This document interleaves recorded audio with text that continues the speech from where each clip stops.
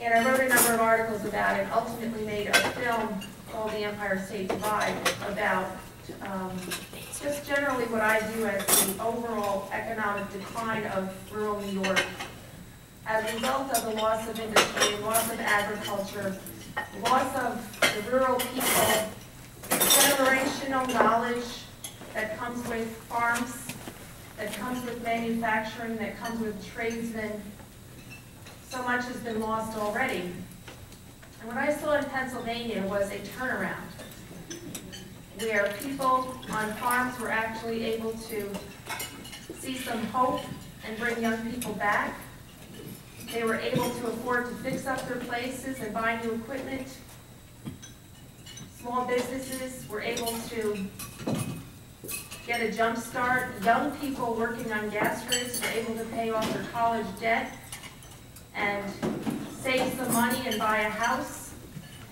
You know, those are simple things, but they're very meaningful, important fundamentals for rural life. And I saw that happening in Pennsylvania, and what was inspiring to me was the thought that this could be happening for many of my friends in the Southern Tier, that this was a very real possibility when in the last 4 decades, politician after politician, whether it's in the U.S. Senate or on the local level, has promised to bring back upstate New York.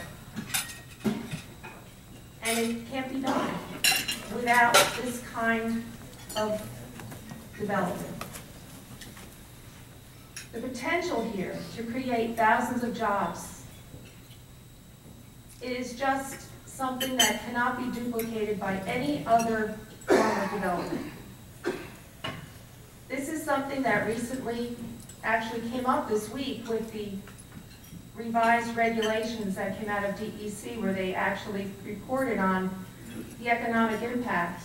And in their summary documents, they affirmed once again that direct job creation of 25,000 with an average rate of development.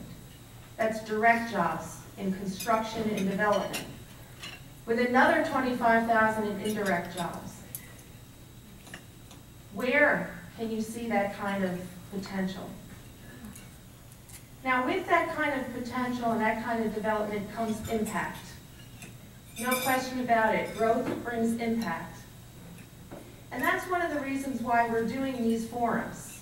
And we've invited elected officials, because the people that get most involved in whatever happens in their town or their city or their county are you, those of you in this room. And we wanted to make sure we introduced ourselves to you so you know who to contact, so that if you need information, we can be a resource. And our goal here tonight is to, again, further the lines of communication, let you know what we know, and invite you to continue this relationship that we're beginning. And many of you we know already, but some of you have met for the first time tonight. So without any further delay, it's my great pleasure to announce our first speaker, and she is Karen Matusik.